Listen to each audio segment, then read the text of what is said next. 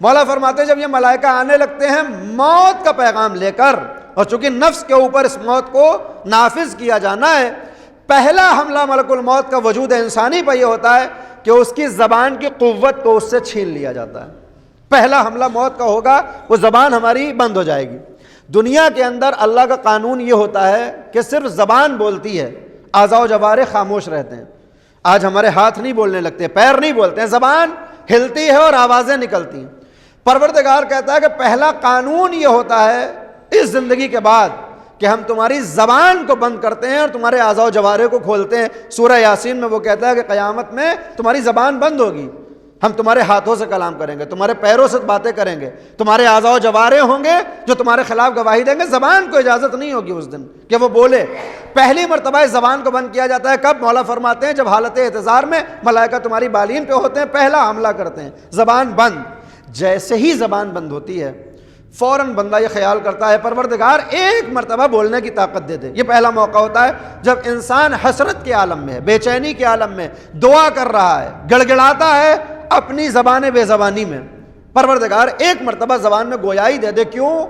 تاکہ کم سے کم وصیت کے طور پر اولاد سے یہ وصیت کر جاؤں کہ کس کا مال میری گردن پہ ہے، کس کا حق میرے شانوں پہ ہے، میں چلا جاؤں تو اس کو ادا کر دیا جائے، کم سے کم زبان سے بول کے میں بتا دوں کہ میرے جانے کے بعد وہ ادا ہو جائے۔ یہ بھی سوچتا ہے، ملک کہتے ہیں اب اس کی اجازت نہیں ہے۔ جب تک زبان بول رہی تھی کوئی وصیت نہ کی، جب تک زبان میں طاقت تھی تم نے فسق و فجور کے ساتھ زندگی گزاری، اللہ کو نہیں شیطان کو اپنا مالک جانا، اب چاہتے ہو کہ زبان کو گویائی مل جائے، یہ ملنے والی نہیں۔ مولا فرماتے ہیں تم اچانک دیکھو گے ابھی زبان کو بند کیا گیا تھا کہ اچانک تمہارے کانوں کے اوپر ملک الموت نے دوسرا حملہ کیا، اور اب کیا ہوا؟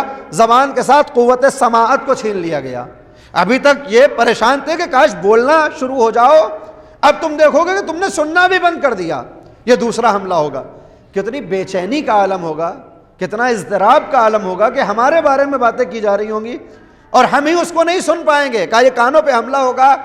ابھی تم کانوں کا شکوہ کرتے ہی ہوگے کہ اچانک تمہاری آنکھوں کے اوپر موت طاری کر دی جائے گی اور تمہاری زندگی کا خاتمہ ہو جائے گا۔ یہ وہ عالم ہے، خطیب نہج بلاغہ کے جملے ہیں، یہ وہ عالم ہے جو تمہارا چہرہ زرد ہونے لگے گا، یہ تمہارا چہرہ پیلا پڑنے لگے گا، تمہاری آنکھوں کے اوپر موت طاری ہو جائے گی، تمہاری روح کو ملائکہ تمہارے جسم سے کھینچ کر نکالیں گے اس عالم میں جسے عالم نزاع کہا جاتا ہے۔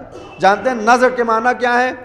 دانت اکھاڑنے کو عربی میں نزع کہتے ہیں، نزع یعنی روح کو اس طرح سے ہم سے دور کیا جاتا ہے، اس طرح سے اکھاڑا جاتا ہے جیسے ایک دانت کو ہمارے دہن سے اکھاڑا جائے۔ البتہ اکھاڑنے کا مطلب یہ نہیں کہ روح ہمارے یہاں کہیں لگی ہوئی ہو اور اس کو اکھاڑا جائے، یعنی جو تکلیف ہونا چاہیے اس سے کہیں زیادہ اس نزاع کے عالم میں ہوگی جب تمہاری روح کو چھین لیا جائے گا۔ کیا ہوگا؟